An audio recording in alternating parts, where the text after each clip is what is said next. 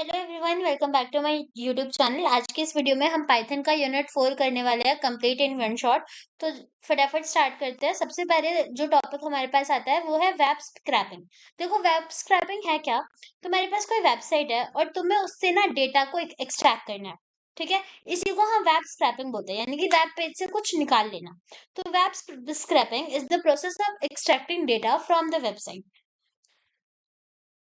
तो इसकी हेल्प से क्या कर सकते हैं? वेब पेज के थ्रू तुम्हारी जो भी लाइक वेब पेज के अंदर जो भी तुम्हारी इंपॉर्टेंट इन्फॉर्मेशन है, तुम उसको गैदर करोगे और उसको बाद में तुम डेटा एनालिसिस या फिर रिसर्च में यूज कर सकते हो। तो इस वजह से हम वेब स्क्रैपिंग करते हैं। ठीक है, अब वेब स्क्रैपिंग करने की हमारे पास पाइथन के अंदर कुछ लाइब्रेरीज है जिनकी मदद से वेब स्क्रैपिंग हो पाती है। और कुछ बहुत ज्यादा कॉमनली यूज लाइब्रेरीज हैं, जैसे कि ब्यूटीफुल सूप, रिक्वेस्ट और स्क्रैपी। तो ये कुछ लाइब्रेरीज हैं जिनकी हेल्प से हम वेब स्क्रैपिंग कर सकते हैं। ठीक है, अब ये क्या करता है? इसकी मदद से हम इसको एचटीएमएल और एक्सएमएल डॉक्यूमेंट्स में यूज करते हैं। तो इसकी मदद से हम पूरा नेविगेट कर सकते हैं पार्स ट्री को। ठीक है, और सर्च कर सकते हैं जो जो चीजें हमें चाहिए पार्स ट्री के थ्रू। ठीक है, उसके बाद आता है रिक्वेस्ट। देखो, ये जो रिक्वेस्ट लाइब्रेरी है, इससे क्या होता है? जैसे तुमने अगर बैकएंड करा होगा तो तुम देखते हो कि हम रिक्वेस्ट रिस्पॉन्स करके कुछ चीजें करते हैं, जहां पर रिक्वेस्ट की मदद से हमारी जो भी रिक्वेस्ट है हम उसको पास करवाते हैं और फिर उस पर्टिकुलर रिक्वेस्ट से हमें जो भी रिस्पॉन्स मिलता है हम उसको प्रिंट करवाते हैं। ठीक है, तो ऐसे ही एचटीएमएल के अंदर जब हम एक रिक्वेस्ट लाइब्रेरी का यूज करते हैं, तो जो भी चीज हमें चाहिए, जो भी पर्टिकुलर इंफॉर्मेशन हमें चाहिए, उसको हम अपने ब्राउजर के अंदर रिक्वेस्ट करवा रहे हैं और फिर जो भी रिस्पॉन्स है वो हमें रिटर्न हो रहा है। समझे? ये हमारा एक ब्राउजर है जिसके अंदर हमें सपोज ये मेरा कुछ कंटेंट है, वेबसाइट के अंदर बहुत सारा कंटेंट है। अब मुझे इसके किसी कंटेंट को, पर्टिकुलर कंटेंट को रिक्वेस्ट करना है। So I will use the request library. ये जाएगी मेरे यहाँ पर वेबसाइट के पास, ब्राउजर के पास, और ये देखेगी मैंने ये कंटेंट रिक्वेस्ट करा है और इसके बिहाफ पे ये मुझे रिस्पॉन्स देगी। ठीक है, जिसको हम बाद में इजीली हैंडल कर पाएंगे। So request is a popular HTTP library for making HTTP request in Python, है ना? It allow you to send HTTP request and then जो भी रिस्पॉन्स आया उसको हैंडल करा। सो दो लाइब्रेरी हमने देखी, beautiful soup and request. Beautiful soup एक पाइथन की लाइब्रेरी है जहाँ पर एचटीएमएल एक्सएमएल को, लाइक ये पूरा एक सर्च ट्री जैसा होता है जिसके अंदर हम थोड़ा थोड़ा नेविगेट करते हुए चलते हैं। उसके बाद आता है स्क्रैपी। ये भी एक पावरफुल लाइब्रेरी है, फ्रेमवर्क है पाइथन का। इसकी मदद से हम डेटा को स्टोर करवा सकते हैं, क्रॉल करवा सकते हैं। ये सारे फीचर स्क्रैपी के अंदर आते हैं। ठीक है, अब हम वेब स्क्रैपिंग के कुछ और बेसिक्स देखते हैं कि वेब स्क्रैपिंग एक्चुअल में करी कैसे जाती है। लाइब्रेरीज देख ली, कुछ लाइब्रेरीज हैं जो काम आ रहे हैं स्क्रैपी डेटा को स्टोर करवाने के लिए। स्क्रैपी लाइब्रेरी यूज हो रही है और रिक्वेस्ट के लिए हम रिक्वेस्ट लाइब्रेरी यूज कर रहे हैं। बट एकदम बेसिक अगर स्टेप बाय स्टेप देखें कि वेब स्क्रैपिंग के बेसिक प्रोसेस क्या है, तो देखो, सबसे पहले हम अपने एचटीटीपी को एक रिक्वेस्ट भेजते हैं। जो भी वेबसाइट्स वगैरह एचटीटीपी के अंदर चलती है ना, उसको रिक्वेस्ट भेज रहे हैं। उसके अंदर जो भी कंटेंट है उसका रिक्वेस्ट भेज रहे हैं। तो सबसे पहले यूज द रिक्वेस्ट लाइब्रेरी, जिसकी मदद से हम एचटीटीपी को रिक्वेस्ट भेजेंगे कि हमें ये पर्टिकुलर चीज चाहिए, इसको हमें स्क्रैप करवाना है। अब देखो क्या हुआ, जब सर्वर के पास हमारी रिक्वेस्ट गई, सर्वर हमें रिस्पॉन्स देगा और इस रिस्पॉन्स को हम अच्छे से अरेंज करके इसको एक ट्री लाइक स्ट्रक्चर में, पार्स ट्री लाइक स्ट्रक्चर में स्टोर करवाएंगे कि ये वाला कंटेंट इधर होगा, ये वाला कंटेंट इधर होगा, ऐसे करके स्टोर करवाएंगे। तो जो भी हमारा रिस्पॉन्स आया उसको हमें कन्वर्ट करना है, इसकी मदद से हमें क्रिएट करना है एक पार्स ट्री। तो ये कैसे होता है? With the help of beautiful soup. इस लाइब्रेरी की मदद से हमारा जो भी रिस्पॉन्स हमें मिला, हम इसको कन्वर्ट करवा रहे हैं इनटू पार्स ट्री। ये समझ आया? ये ब्यूटीफुल सूप लाइब्रेरी किधर यूज हुई? तो जैसे ही हमें रिस्पॉन्स मिलता है सर्वर से, हम ब्यूटीफुल सूप की मदद से उसको पार्स कर देते हैं एचटीएमएल कंटेंट, उस एचटीएमएल कंटेंट को पार्स कर देते हैं एंड देन उसकी मदद से पार्स ट्री को क्रिएट करते हैं। ठीक है, तो दो स्टेप्स हमें पता चल गए वेब स्क्रैपिंग के। पहले रिक्वेस्ट लेनी है with the help of request library, जो भी रिस्पॉन्स आया ब्यूटीफुल सूप से उसको कन्वर्ट करना है इनटू पार्स ट्री। उसके बाद हम पार्स ट्री के पास चलेंगे। जैसे पार्स ट्री का पहला नोड हुआ, फिर पार्स ट्री के अंदर अलग अलग नोड्स हुए, है ना, जिनसे हमें डेटा मिलता जा रहा है। पार्स ट्री पे पास गए, उसको ट्रैवर्स कर रहे हैं, नेविगेट कर रहे हैं और फिर जो भी डेटा हमें मिल रहा है उसको हम एक्सट्रैक्ट करते जा रहे हैं अपने वेब पेज से। ठीक है, एक्सट्रैक्ट करते जा रहे हैं फ्रॉम द वेब पेज। देखो, कंफ्यूज नहीं होना। सबसे पहले ये मेरी वेबसाइट है जिसके अंदर मुझे बहुत सारा डेटा चाहिए। अब मैंने क्या करा? मैंने रिक्वेस्ट करा डेटा, है ना? अब रिक्वेस्ट करा डेटा, तो इसने मुझे HTML ने मुझे रिस्पॉन्स दिया डेटा का। अब जो भी रिस्पॉन्स है इसको मैं फॉर अवर कंफर्ट इसको कन्वर्ट कर देती हूँ इनटू पार्स ट्री। अब पार्स ट्री में मैं लिख देती हूँ, सपोज तुम्हें समझाने के लिए, ये है बॉडी, बॉडी के अंदर है बटन्स, बटन्स के अंदर है पैराग्राफ, सॉरी बटन्स के अंदर है कोई टेक्स्ट, बॉडी के अंदर है पैराग्राफ, ऐसे करके मुझे एक पर्टिकुलर पार्स ट्री मिल जाता है, पैराग्राफ ऐसा। अब रिस्पॉन्स को पार्स ट्री में कन्वर्ट करा with the help of beautiful suit. अब मुझे क्या करना है, जैसे इस पार्स ट्री के थ्रू अब मुझे डेटा मिलेगा, तो मैं इस पार्स ट्री के थ्रू ट्रैवर्सिंग करूंगी। जैसे पार्स ट्री की मदद से अब मैं क्या करूंगी, जैसे ये बटन है, मुझे पता है कि पार्स ट्री में सबसे पहले बटन आ रहा है, तो इस बटन को मैं अपने ब्राउजर से एक्सट्रैक्ट कर लूंगी। उसके बाद सपोज कुछ और आया, बटन के अंदर टेक्स्ट आया, तो टेक्स्ट को ब्राउजर से एक्सट्रैक्ट कर लिया। तो यहाँ पे क्या हुआ, navigate the parse tree to locate the specific elements और data you want to extract from the web page. ठीक है, तो जैसे पूरा पार्स ट्री मेरे पास आ गया। अब उसकी मदद से जो भी डेटा मेरे को चाहिए, सपोज बटन चाहिए, तो देखूंगी पार्स ट्री के अंदर बटन किधर है और उसको फटाफट से एक्सट्रैक्ट कर लूंगी। ये समझ आया। और जो भी डेटा हमने एक्सट्रैक्ट करा उसके बाद हम उसको स्टोर कर लेंगे अपने फाइल या फिर फाइल के डेटाबेस के अंदर, फाइल या फिर डेटाबेस के अंदर। तो वेब स्क्रैपिंग समझ आई, जहां पर ब्राउजर से हम कंटेंट ले रहे हैं, फाइल से कंटेंट ले रहे हैं, स्टेप्स भी समझ आ गए, आई होप क्लियर हो गया। ठीक है, अब यहाँ पर देखो, यहाँ पे एक बहुत छोटा सा एग्जांपल है जिसकी मदद से इन्होंने वेब स्क्रैपिंग की हुई है। ठीक है, यहाँ पर इन्होंने बोला है कि जो भी रेडिट पे सबसे ज्यादा टॉप पोस्ट है उनके टाइटल्स को इनको एक्सट्रैक्ट करना है। तो ब्राउजर क्या है, हमारा ब्राउजर है रेडिट, रेडिट से जितने भी ज्यादा टॉप पोस्ट है इनको चाहिए वो वाले, है ना। तो ये क्या करेगा, देखो सबसे पहले हमारी लाइब्रेरीज है। अब इसमें सबसे पहले हमें कंटेंट रिक्वेस्ट करना होगा रेडिट से जाकर। तो मैं क्या क्या करूंगी, यहाँ पर मैं कर दूंगी, सबसे पहले इंपोर्ट करवाऊंगी रिक्वेस्ट को, cause this is my library, है ना, इसको इंपोर्ट करवाऊंगी। साथ में मैं अपना ब्यूटीफुल सूप लाइब्रेरी भी और BS4, ये जितनी भी लाइब्रेरी है सबको, सॉरी, ब्यूटीफुल सूप को BS4 से इंपोर्ट करवाऊंगी। साथ में बाकी जो लाइब्रेरीज हमने पढ़ी वो भी हम ऐसे करके मॉड्यूल्स या फिर लाइब्रेरीज को इंपोर्ट करके इंपोर्ट करवा सकते हैं। अब मैंने इसको एक यूआरएल दे दिया जिसके अंदर से मुझे कंटेंट चाहिए, यूआरएल दिया। अब मैं एक रिक्वेस्ट मांगूंगी कि ये जो भी मेरा यूआरएल है इसके अंदर मैं एक रिक्वेस्ट भेजूंगी कि मुझे इसका कंटेंट चाहिए, और उस कंटेंट को देन जो भी कंटेंट है उसको मेरे रिस्पॉन्स में मुझे वापस देना, है ना। तो मैं यहाँ पर एक वेरिएबल बनाऊंगी रिस्पॉन्स नाम का और बोलूंगी कि ये जो यूआरएल है, यानी कि ये जो यूआरएल हमने लिया रेडिट वाला, इसको हमें रिक्वेस्ट करना है, यानी कि इसके कंटेंट को हम रिक्वेस्ट कर रहे हैं जो कि वापस हमें एज अ रिस्पॉन्स मिलेगा। अब मैं बोलती हूँ कि रिस्पॉन्स के अंदर जो भी कंटेंट आया टेक्स्ट फॉर्मेट में, उसको हमें पार्सर में कन्वर्ट करना है with the help of beautiful soup.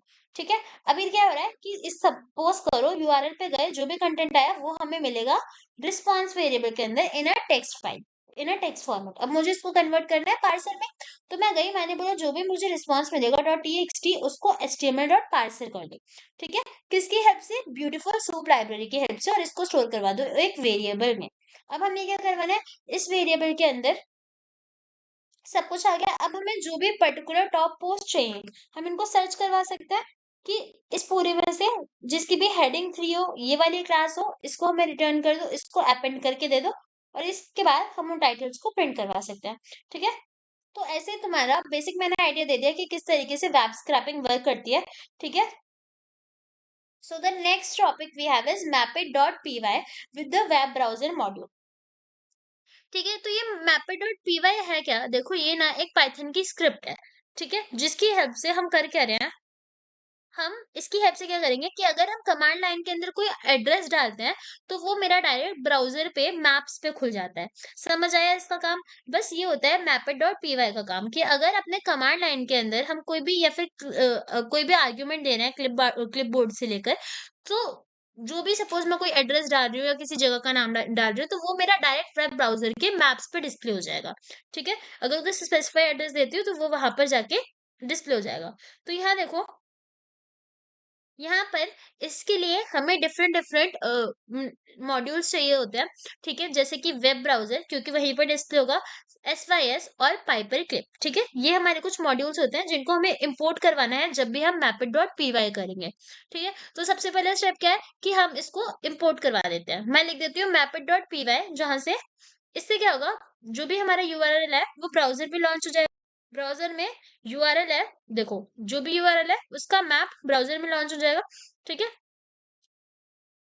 और फिर हम यहाँ से जो भी ये लाइब्रेरीज है, इंपोर्ट वेब ब्राउजर, इंपोर्ट सिस, इंपोर्ट पाइपर क्लिप, तो जब भी हमें mapper.py करवाना होता है, पहला स्टेप तो यही है कि हमें इन इन लाइब्रेरीज को क्या करना है, इंपोर्ट कर लेना है, इन मॉड्यूल्स को इंपोर्ट कर लेना है, ठीक है। उसके बाद अगला स्टेप देखो, हम क्या करते हैं, हम देखेंगे कि कमांड लाइन के अंदर हम कोई आर्ग्यूमेंट डाल रहे हैं, right. So our next step is to handle that command line arguments. तो बेसिकली अगर मैं बोल रही हूँ हम mapper.py करके एड्रेस स्टोर करवा रहे हैं, तो सबसे पहले हमारे पास तीन लाइब्रेरीज है, पाइपर क्लब, SYS, ठीक है, और वेब ब्राउजर, हम इनको इंपोर्ट करेंगे। उसके बाद अगला काम क्या होगा, हम एक वेरिएबल बनाते हैं, suppose with the name of address, और मैं चेक करूंगी कि अगर मेरे को कोई एड्रेस प्रोवाइड है, कोई एड्रेस मुझे कमांड लाइन के अंदर मिला है, तो मैं उसको डायरेक्ट अपने एड्रेस वेरिएबल में डालूंगी, सो दैट मैं सर्च कर पाऊँ, ठीक है। वरना मैं एक एड्रेस रिट्राइव कर दूंगी, एक एड्रेस लूंगी from clipboard using Piper clip. ये समझ आया? इतना क्लियर हो गया? सो हम सबसे पहले तो चेक करेंगे कि यहाँ पर देखो, हम चेक करते हैं कि हमारा जो भी सिस्टम डॉट एसवाईएस लाइब्रेरी हमने यूज की, उसकी length is not greater than 1, हम ये चेक करेंगे। तो अगर ऐसा है, ग्रेटर देन 1 है, अगर नॉट ग्रेटर देन 1 है, इसका मतलब तो ये हो गया ना कि आर्ग्यूमेंट कुछ चली गई नहीं, है ना, क्या ही एड्रेस दे देंगे। पर अगर ग्रेटर देन 1 है तो ही ये वाली चीजें चलेंगी, तो ही हम चेक करेंगे, क्योंकि अगर एड्रेस लेस देन 1 है तो फिर तो क्या ही एड्रेस हुआ वो। इतना समझ आ गया? देखो, अभी तक हमने लाइब्रेरीज को इंपोर्ट करा, अब हमारा काम है एड्रेस को चेक करना। तो मैं पहले तो देखूंगी कि एड्रेस की लेंथ ऑलवेज ग्रेटर देन 1 होनी चाहिए, तभी जाके हम बाकी चीजें करेंगे। अगर छोटी हुई उससे, तो वो फिर क्या ही चेक करेगा। तो यहाँ पर हम एक चीज करते हैं कि length of sys.argv should be greater than 1, ठीक है। तो ये पहला स्टेप हुआ। उसके बाद SYS क्या है, यहाँ पर लाइब्रेरी है। अब हम क्या चेक करेंगे कि अगर हमें कोई एड्रेस मिला है ना, कोई एड्रेस हमारे पास है, तो उसको हम यूज कर लेंगे वेरिएबल के अंदर। वरना हमें एक एड्रेस निकालना पड़ेगा with the help of Piper clip. तो इसकी मदद से क्या होता है, इसकी मदद से हम क्लिपबोर्ड से एड्रेस निकाल पाते हैं। तो सबसे पहले हम क्या करेंगे, कमांड लाइन से एड्रेस लेंगे और उसको एड्रेस वेरिएबल के अंदर स्टोर करवाएंगे। कमांड लाइन से कैसे लेंगे, sys.argv1 करके उसको हम ज्वाइन करवाएंगे ऐसे। ये सिंटेक्स यूज होगा जिसकी मदद से हम कमांड लाइन से एड्रेस ले पाएंगे। तो अभी क्या हुआ, एड्रेस वेरिएबल के अंदर जो भी मेरा कमांड लाइन का एड्रेस था वो इधर आ गया। अब अगर ये नहीं होता, अगर कमांड लाइन का एड्रेस हमारे पास नहीं होता, तो मुझे पेस्ट करवाना होता फ्रॉम क्लिपबोर्ड, ठीक है। तो एक होता है हमारा कमांड लाइन, एक होता है क्लिपबोर्ड। हम क्या करते हैं, एड्रेस को कमांड लाइन से लेते हैं, पर अगर कमांड लाइन में नहीं है तो हम क्लिपबोर्ड से एड्रेस लेंगे। तो क्लिपबोर्ड में पाइपर क्लिप डॉट पेस्ट करके इसकी मदद से क्लिपबोर्ड से एड्रेस ले लिया। अब जो भी हमारी चीज आई, हमारे पास एड्रेस आ गया अब, ठीक है, या तो कमांड लाइन से या तो क्लिपबोर्ड से। अब इस एड्रेस को वेब ब्राउजर के अंदर लॉन्च करेंगे। तीन स्टेप समझ आए, पहले तो लाइब्रेरीज को इंपोर्ट करा है, फिर आर्ग्यूमेंट्स को हैंडल करा है, अब इसको ब्राउजर के अंदर लॉन्च करना है। तो लॉन्च कैसे होगा, देखो, हम चाहते हैं कि जो भी एड्रेस आया वो हमारा मैप्स के अंदर आए। तो इसके लिए we use web browser dot open, ठीक है, हम यूज करेंगे web browser dot open function. इसकी मदद से वेब ब्राउजर ओपन हो जाएगा और गूगल मैप्स के पेजेस के अंदर जो भी एड्रेस है वहां तक नेविगेट हो जाएगा, ठीक है। तो यहाँ पर हम क्या कर देंगे, वेब ब्राउजर डॉट ओपन डाल के हमने पूरा यूआरएल डाला, so we will get to that, ठीक है। इतना समझ आ गया? अब ये तुम्हें पूरा इस यूज समझ आया, आई होप तुम्हें क्लियर हो गया होगा mapit.py हम क्यों यूज कर रहे हैं, ठीक है, और क्या काम है इसका, और वेब स्क्रैपिंग का भी क्या मतलब होता है, एंड दोनों का कोड भी मैंने बहुत ट्राई करे तो मैं अच्छे से समझा दूं। तो यहाँ पर देखो, ये तो कुछ हेडिंग्स है कि mapit.py यूज क्यों होता है, ताकि हम मैप को ब्राउजर के अंदर लॉन्च कर सके, एंड इसके लिए हमारी जो 3 लाइन्स होती हैं जिनको हमें इम्पोर्ट करवाना होता है, 3 लाइब्रेरीज वो ये होती है। अब यहाँ पर जो भी हमारी कमांड्स होती हैं या फिर जो भी एड्रेसेस होते हैं वो हम कहाँ पर लेते हैं, कमांड लाइन में या फिर क्लिपबोर्ड में। तो पहले हम चेक करते हैं क्या हमारे कमांड लाइन के अंदर आर्ग्यूमेंट है, अगर नहीं है तो फिर हम उसको क्लिपबोर्ड के अंदर से लेकर आते हैं। साथ में हम चेक करते हैं कि जो भी हमारी लेंथ होगी of system dot argv it should be greater than 1, ठीक है, तभी हम एड्रेस वगैरह चेक करेंगे, वरना उससे कम है तो एड्रेस तो डाला ही नहीं होगा, क्या ही एड्रेस हुआ है ना। ये समझ आ गया? ठीक है। उसके बाद वेब ब्राउजर के अंदर लॉन्च करने के लिए हम यूज करते हैं वेब ब्राउजर डॉट ओपन। कितना समझ आ गया? ओके। उसके बाद हम यहाँ पर एक छोटा सा समरी देख लेते हैं। और यहाँ पे देखो, अगर तुम पाइथन डॉट मैपिट डॉट पी करोगे, सो इसकी मदद से क्या हो सकता है कि अगर तुम्हारी क्लिपबोर्ड के अंदर कोई एड्रेस कॉपी है, so you can simply run the script without any arguments. अब देखो, मैपिट डॉट पी स्क्रिप्ट की मदद से हमें एक कन्वीनियंट वे मिल जाता है अपने मैप्स को क्विकली देखने का फॉर अ स्पेसिफाइड एड्रेस, है ना।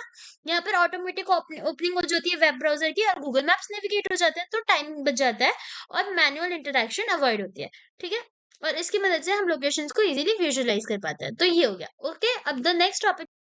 ओके, अब नाउ हमारा जो नेक्स्ट टॉपिक है वो है downloading files from the web with the request module. तो यहाँ पर हम बात कर रहे हैं रिक्वेस्ट मॉड्यूल की, और पहले हमने पढ़ा था रिक्वेस्ट लाइब्रेरी। तो ये जो रिक्वेस्ट मॉड्यूल होता है, इसकी मदद से हम एचटीटीपी के अंदर कोई भी फाइल या फिर कुछ भी आराम से डाउनलोड कर सकते हैं फ्रॉम द ब्राउजर। ठीक है, इसका काम ये होता है। अब देखो, इस रिक्वेस्ट मॉड्यूल को यूज करने से पहले इसको हम डायरेक्ट इंपोर्ट नहीं करते, पहले हम इसको डाउनलोड करते हैं। तो इसको डाउनलोड करने के लिए हम क्या करेंगे, pip इंस्टॉल रिक्वेस्ट, ये करके we can install this module, और उसके बाद हम इसको यूज करवाएंगे डायरेक्ट इंपोर्ट रिक्वेस्ट का। अब देखो, इधर फाइल को डाउनलोड कैसे करेंगे। हमने देखा कि रिक्वेस्ट को हमने उधर से इंस्टॉल कर लिया pip इंस्टॉल करके। अब मैं क्या करूंगी, मेरे को जो भी इमेज डाउनलोड करनी है, मैं सबसे पहले उसको एक यूआरएल में दूंगी, कि जो भी इमेज चाहिए मुझे, मैंने उसका यूआरएल दे दिया, और मैंने बोला कि इस ब्राउजर के इस पर्टिकुलर यूआरएल से मुझे ये रिस्पॉन्स चाहिए। तो मैं चलाऊंगी request dot get command from this particular URL. तो इस यूआरएल पे जाके जो भी हमें वो इमेज होगी, हमें वो चाहिए, तो हम बोल देंगे कि मुझे ये एज अ रिस्पॉन्स चाहिए। ठीक है, तो ये मेरी रिस्पॉन्स के अंदर सेव हो गई, रिस्पॉन्स के अंदर आ गई ये फाइल। अब मुझे इसको अपनी फाइल्स के अंदर स्टोर करवाना है, तो मैं यहाँ से बोल देती हूँ कि मैंने एक फाइल क्रिएट करनी है इमेज डॉट जेपीजी नाम की, और उसके अंदर राइट कर देना है इन बाइनरी फॉर्मेट। तो अब क्या हुआ, सपोज ये मेरा ब्राउजर था जिसके अंदर एक इमेज थी, अब मैंने एक फाइल क्रिएट करी जिसके अंदर मैं चाहती हूँ कि बाइनरी फॉर्मेट में मेरी ये इमेजेस सेव हो जाए या फिर डाउनलोड हो जाए। तो मैंने यहाँ पर WB मोड डाल दिया। अब मैं क्या करूंगी, मैं बोलूंगी ये जो रिस्पॉन्स डॉट कंटेंट है, इसको मेरी इस फाइल के अंदर राइट कर दो। यानी कि मैंने सिंपली रिक्वेस्ट को इंपोर्ट करा, रिक्वेस्ट की मदद से मैंने यहाँ पर रिस्पॉन्स ले लिया। ठीक है, रिस्पॉन्स लिया, ब्राउजर से रिस्पॉन्स लिया। अब ये हम कह सकते हैं कि काइंड ऑफ डाउनलोड हो चुका है। तो मैं इसको राइट कर दूंगी अपनी फाइल के अंदर इन अ बाइनरी फॉर्मेट। तो यहाँ पर ये जो पूरा कोड था, इसकी मदद से हमने डाउनलोडिंग कर दी है। देखो यहाँ पर जैसे ही हमने रिक्वेस्ट को कॉल करा, वो पूरा जो भी हमारा कंटेंट था वो पूरा रिस्पॉन्स के अंदर चला गया, मतलब रिस्पॉन्स वेरिएबल के अंदर गया, जिसको हम डायरेक्ट रिस्पॉन्स डॉट कंटेंट करके एक्सेस कर लेंगे। समझ आया। यहाँ पर देखो, यहाँ तो मैं अच्छे से मैं समझाती हूँ। यहाँ पर हमने रिक्वेस्ट मॉड्यूल को इम्पोर्ट करा, और उसके बाद हमने यूआरएल दिया ऑफ द फाइल जिसको हमें डाउनलोड करना था। ठीक है, ये जो गेट फंक्शन होता है, इसकी हेल्प से हम अपने एचटीटीपी को एक गेट रिक्वेस्ट देंगे कि हमें ये पर्टिकुलर चीज चाहिए। ठीक है, ये यूआरएल चाहिए, और जो भी आंसर आएगा, जो भी रिस्पॉन्स आएगा, उसको we will store into a response variable. उसके बाद हमने यहाँ पर क्या करा, एक फाइल बना दी। ठीक है, विथ क्यों यूज कर रहे हैं, ताकि वो फाइल ऑटोमेटिकली बाद में क्लोज हो जाए। उसके बाद हम यूज कर रहे हैं कि हमें बाइनरी फॉर्मेट में चाहिए, बाइट्स में चाहिए। तो मैंने यहाँ पे लिख दिया कि जो भी फाइल होगी वो हमें बाइट्स में मिले, कंटेंट जो हो वो एज अ बाइट फाइल हो। ठीक है, इतना समझ आ गया। उसके बाद उस फाइल को अपना स्टोर करवा लिया।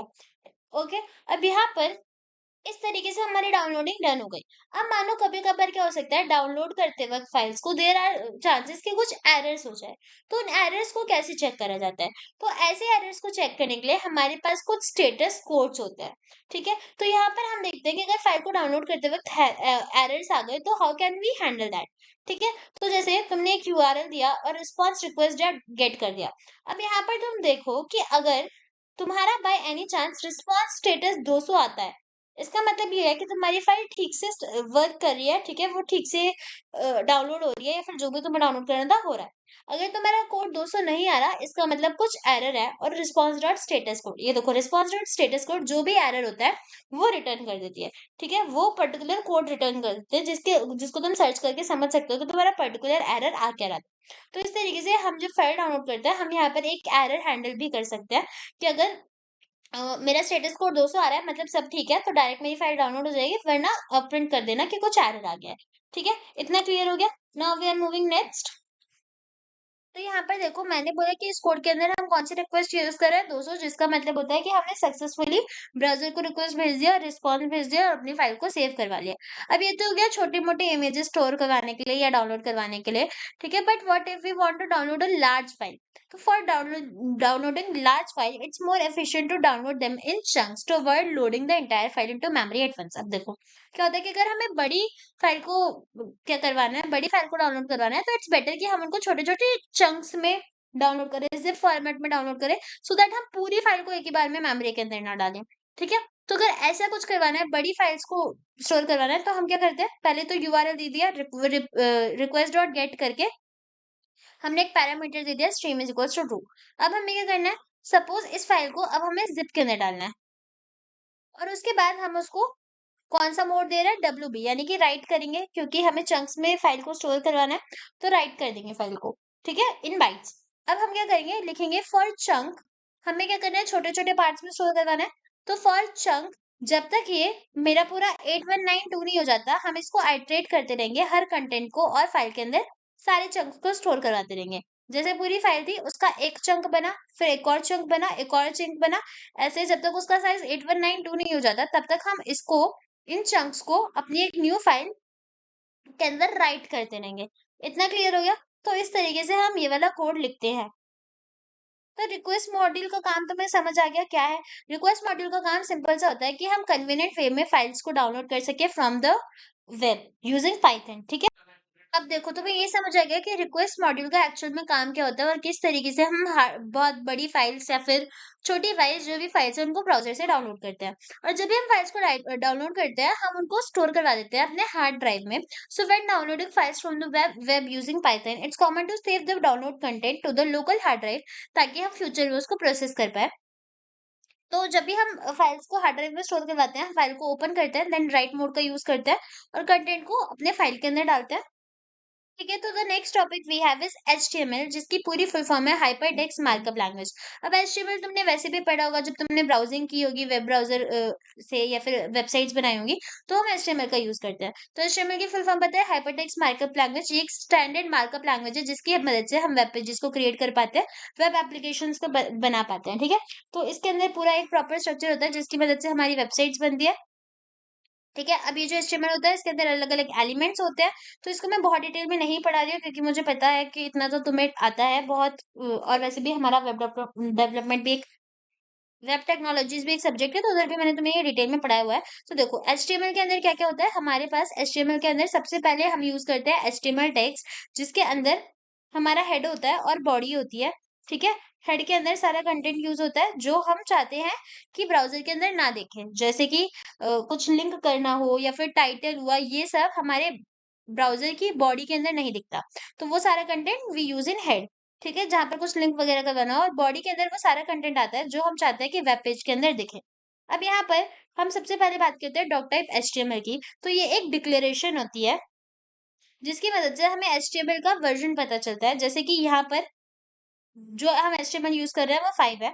उसके बाद ये जो एचटीएमएल टैग होता है, यहाँ से हमारा मेन जो एचटीएमएल का काम है वो स्टार्ट होता है, ठीक है? उसके बाद एचटीएमएल टैग के अंदर बाकी एलिमेंट्स आते हैं, जैसे हेड हुआ, मेटा हुआ, टाइटल हुआ, बॉडी हुई, तो इन सब के बारे में भी मैं तुम्हें फटाफट बता देती हूँ। देखो, ये जो हेड होता है ना, यहाँ पर सारी मेटा इन्फॉर्मेशन होती है, यानी कि हेड के अंदर सारी इन्फॉर्मेशन होगी अबाउट कैरेक्टर क्या है, व्यू पॉइंट क्या है, व्यू पोर्ट क्या है, सेटिंग्स क्या है, ये सारी चीज़ें। और ये जो मेटा होता है, ये हमें एचटीएमएल के डॉक्यूमेंट का सारा मेटा डेटा प्रोवाइड करता है।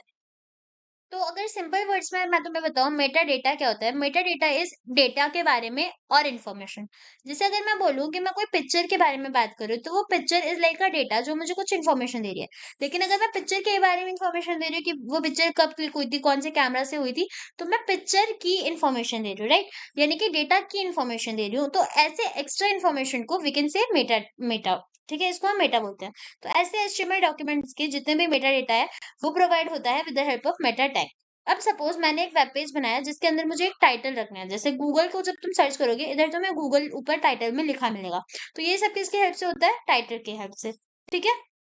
And the last one is body, जिसके अंदर हमारे सारे कंटेंट, जैसे कि पैराग्राफ्स वगैरह सब कुछ आता है। ये मैंने पहले ही तुम्हें बताया हुआ है, ठीक है। आई होप तुम्हें समझ आ गया होगा। उसके बाद हम कुछ एचटीएमएल एलिमेंट्स की हेल्प से एक बेसिक सा कोड देख लेते हैं, ठीक है। यहाँ देखो, एचटीएमएल एलिमेंट्स होते क्या है? तो एचटीएमएल एलिमेंट्स की मदद से ही, लाइक हमारा जो भी पूरा ब्राउज़र है ना, उसके अंदर सारे एलिमेंट्स ही होते हैं, जिनकी मदद से हमारा पूरा ब्राउज़र बनता है। ये बिल्डिंग ब्लॉक्स होते हैं वेब पेजेस के। यहाँ पर ओपन और क्लोजिंग टैग्स होते हैं एचटीएमएल एलिमेंट्स के अंदर। बहुत सारे ओपन टैग्स होते हैं, ठीक है, बहुत सारे क्लोज टैग्स होते हैं। ओपन टैग्स यानी कि एक बार तुमने लिखा, जैसे ब्रेक, तो तुम्हें उसका कोई क्लोजिंग टैग लगाने की जरूरत नहीं है। क्लोजिंग टैग यानी कि जैसे तुमने एक बनाया कि पैराग्राफ तुम्हारा स्टार्ट इधर हो रहा है और इधर खत्म हो रहा है, so this is your open tag and this is your close tag. ठीक है, अब यहाँ पे थोड़ी थोड़ी ऊपर ऊपर से मैं तुम्हें डेफिनेशन दे देती हूँ उन टैग्स की जो हमारी जो इंपॉर्टेंट होती है। ठीक है, ओपनिंग टैग्स क्या होता है? The name of the element wrapped in angle brackets, ये ऐसे एंगल ब्रैकेट्स में होता है। एट्रीब्यूट्स जो हमें एडिशनल इन्फॉर्मेशन दे रही है, जैसे तुमने एक टैग लगाया और टैग के साथ तुमने कुछ और भी यूज करा, जैसे तुमने इमेज डाला और इमेज के साथ you are putting the source of the image SRC, तो यहाँ पर SRC is like optional additional information. ठीक है, तो इसको हम एट्रीब्यूट बोलते हैं। फिर कंटेंट अगर हमें चाहिए, तो कंटेंट अगर अपने एचटीएमएल में डालना है तो हम या तो टेक्स्ट फॉर्मेट में डालेंगे या इमेजेस फॉर्मेट में डालेंगे, तो उसको कंटेंट बोलते हैं। And then we have a closing tag, तो क्लोजिंग टैग का सिंटेक्स होता है इस तरीके से, स्लैश यूज करके टैग्स को हम क्लोज करवा सकते हैं। ओके, अब यहाँ पर एक एग्जांपल देखते हैं। जैसे यहाँ अगर मैं बात करूँ पैराग्राफ, अगर मुझे पैराग्राफ बनाना है तो यहाँ पर तुम देखो पैराग्राफ ये है ओपन टैग, ये है क्लोज टैग, और उसके बीच में जो भी कुछ आ रहा है वो हमारा पैराग्राफ है। अब अगर मैं बात करूँ एट्रीब्यूट्स की, मैंने एक एंकर टैब लिया और इसके अंदर ये जो मैं रेफ का यूज कर रही हूँ, दिस इज माई एट्रीब्यूट। ठीक है, इसकी मदद से, इन एंकर टैग की मदद से we can create a link. तो जब भी यूजर आया, उसको ये लिंक अगर अपने ब्राउजर पे दिख रहा है और वो इसको क्लिक कर रहा है, तो वो कहीं और पहुंच जाएगा। ठीक है, उसके बाद the next tag we use for content is image tag. ठीक है, अब ये इमेज टैग का काम क्या होता है? इमेज टैग का काम होता है इमेज को लेना। ठीक है, तो एक पर्टिकुलर सोर्स पे एक इमेज रखी है जो हम अपने कंटेंट के अंदर डिस्प्ले करवाएंगे। ठीक है, तो P is use for paragraph element, A use for anchor element, and I M G tag का इस्तेमाल करते हैं इमेजेस के लिए। अब मैंने बात की थी एचटीएमएल एलिमेंट्स के अंदर एट्रीब्यूट्स होते हैं जो कि हमें एडिशनल इन्फॉर्मेशन प्रोवाइड करते हैं और जिनको हम बाद में मॉडिफाई कर सकते हैं। जैसे कोई भी टैग है, उसके अंदर कोई एडिशनल इन्फॉर्मेशन है कि उसकी आईडी क्या है, उसकी क्लास क्या है, ये सारे हमारे एट्रीब्यूट्स ही होते हैं।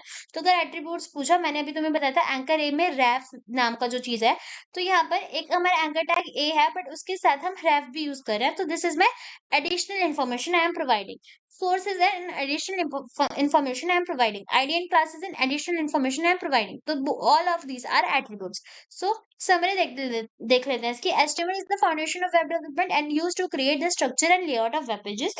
ठीक है, अब HTML की मदद से हमने सिंटेक्स वगैरह देख लिया, तो आई होप मैंने तुम्हें पूरा ये पढ़ा दिया है। अब एक काम करते हैं, इसका सिलेबस x.live पे जाके देख लेते हैं क्या हमने सब कुछ कवर कर लिया है।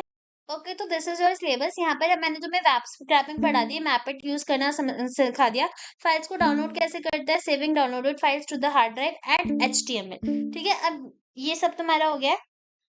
अब देखो यहाँ पर हम थोड़ा saving downloaded files to the hard drive वाला पार्ट थोड़ा और डिटेल में कर लेते हैं। वैसे ही पूरा सिलेबस हो रखा है बट इसको थोड़ा और डिटेल में कर देते हैं, फिर वीडियो को एंड करेंगे। देखो मैंने तुम्हें बताया था कि जो भी हम फाइल्स को डाउनलोड करते हैं उनको हम बाद में हार्ड ड्राइव में स्टोर करवा देते हैं। ठीक है, अब यहाँ पर we can use the functions open and write methods. देखो होता क्या है यहाँ पर कि अगर मुझे किसी फाइल को हार्ड ड्राइव में सेव करवाना है, पहले मैं उसको बाइनरी फॉर्मेट में ओपन करूंगी। एंड इट डजेंट मैटर अगर मेरी फाइल नॉर्मल एक प्लेन टेक्स्ट भी है, still I will open it in binary format. ठीक है, ताकि हम उस बाइनरी डेटा को यूज कर सके instead of text data. Okay, उसके बाद हम एनकोडिंग स्टार्ट करते हैं। देखो इसको इतना डिटेल में भी वैसे पढ़ने की जरूरत है नहीं, अगर मैं तुम्हें सिंपली क्लियर बताऊं तो ये भी बिल्कुल सेम ही होता है जैसे हम डेटा ले रहे हैं। सबसे पहले हम इंपोर्ट करेंगे रिक्वेस्ट को, उसके बाद हम जो भी है उसको लेंगे इन रिस्पॉन्स। उसके बाद अगर हमें चेक करना है कि सब ठीक है, so we use this response dot raise for status. उसके बाद मैं क्या करूंगी, मुझे फाइल को स्टोर करवाना है कहीं पर, तो मैंने एक वेरिएबल लिया और उसके अंदर ये रोमियो डॉट जूलियट नाम की file in the form of binary format या फिर बाइट्स मुझे स्टोर करवानी है। ठीक है, और जैसे ही हो जाएगी फिर मैं बोलूंगी जब तक मेरा 1000 तक चंक्स नहीं हो जाते, मेरी इस चंक को फाइल के अंदर राइट करते रहो। And this is the way we can even store the files in our hard drives. ठीक है, तो यहाँ पर मैं लास्ट में इसको क्लोज कर दूंगी। ये जो आइटर डॉट काउंट कंटेंट मेथड है, इसकी मदद से जब तक हम अपने पूरे चंक्स कवर नहीं कर लेते, वो आइटरेट करता रहेगा लूप में, और हर चंक जो होगा वो बाइट डेटा टाइप का होगा। सो अगर हम 1000 चंक्स चाहते हैं तो वो हमें मिल जाएंगे। ठीक है, अब यहाँ पर क्या हुआ, हमारी जो भी वर्किंग डायरेक्टरी थी उसके अंदर ये रोमियो और जूलियट नाम की फाइल आ गई। ठीक है, तो अब यहाँ पर क्या हुआ है इसको रीड करो।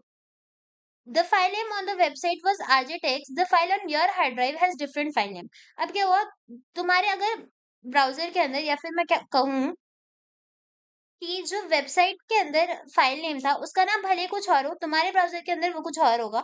ठीक है, क्योंकि तुमने किसी और नाम से सेव करवाया है। रिक्वेस्ट मॉडल की हेल्प से तुम उसको डाउनलोड कर पा रहे हो एंड अब क्योंकि तुमने उसको सेव करवा दिया है, तो भले ही तुम्हारे कंप्यूटर के अंदर से कुछ भी हो जाए या फिर कोई इंटरनेट कनेक्शन खराब हो जाए, the data will always be in your computer. इतना समझ आ गया? ये सब था हमारा the ways how can we store the file in hardware. देखो ये जो चीजें थी ना, अ, ये सॉरी, इन हार्डवेयर नहीं, हार्ड ड्राइव, ये सारी चीजें सेम ही थी। ये वाला कोड पूरा सेम है, तुम्हें डिफरेंस भी नहीं समझ आएगा और इसलिए मैंने तुम्हें इतना ध्यान से वो पढ़ाया भी नहीं था। बाकी ये समझ आ जाएगा तो तुम यही चीजें सेम लिख के आ जाओगे। सो अब हमने यूनिट 4 तुम्हारा कंप्लीट कर लिया है और अब ऑलमोस्ट मैंने सारी वीडियोस अपलोड कर दी है यूनिट 1 से लेकर यूनिट 4 तक की। ठीक है? अगर नहीं हुई है तो हो जाएंगी, बाकी ऑलमोस्ट हो ही गई है। सो अगर तुम अब तक वीडियो को देख रहे हो तो वीडियो को लाइक कर देना, चैनल को सब्सक्राइब कर देना और वीडियो को जितना हो सके उतना शेयर करना, सो दैट मुझे मोटिवेशन मिलता रहे ऐसे और भी वीडियोस बनाने का। बाकी all the very best for exams.